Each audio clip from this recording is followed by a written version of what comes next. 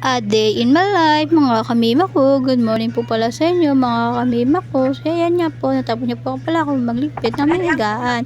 At tinutusan nga po muna ako pala dyan magawa ng tuwalya.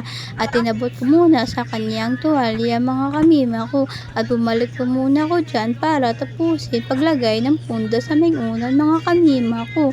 At sa pagligay ko pa po ng isang punda sa aming unan, mga kamima ko, nagpumuna ako at maglagay ng aming bedsheet, mga kamima ko. At naglinis ngayon ako dyan ng kwarto, mga mima ko. Hindi ko na lang po binidyohan kasi nga po kung bibidyohan ko pa ay mahababa po ating video. Mas maganda po kasi, mga mima ko, kung maiksi na lang ating mga video, mga mima ko. At pagkatapos ko po dyan ng gawain, ang susunod ko po ang linisin ay aming electric fan. Kasi nga po malikabok po ang aming electric fan. Pinunasan ko po muna ng maigi ang aming electric fan.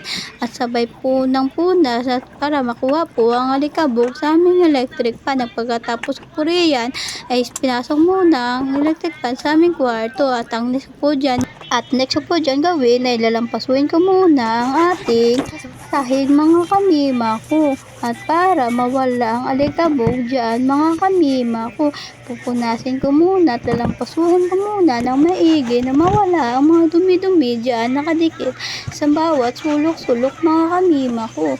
So yan nga po, nilampasuhan ko muna bawat sulok dyan para mawala po ang alikabok at mga dumi-dumi na maliliit at para po matanggal po ang ating mga dumi-dumi riyan, mga kamima ko. So yan nga po, pinapatuloy ko nga po yung paglalampaso ko riyan, mga kamima ko, kasi nga po marami po riyan mga alikabok, mga kamima. Pagkatapos ko po riyan ng paglalampaso, ang akin namang susunod na pupunasin ay aming ibabaw na durab. Pupunasan ko muna ng ibabaw ng aming durabox, mga kamima, kasi nga po malikabok po dyan ng ibabaw ng aming durabox.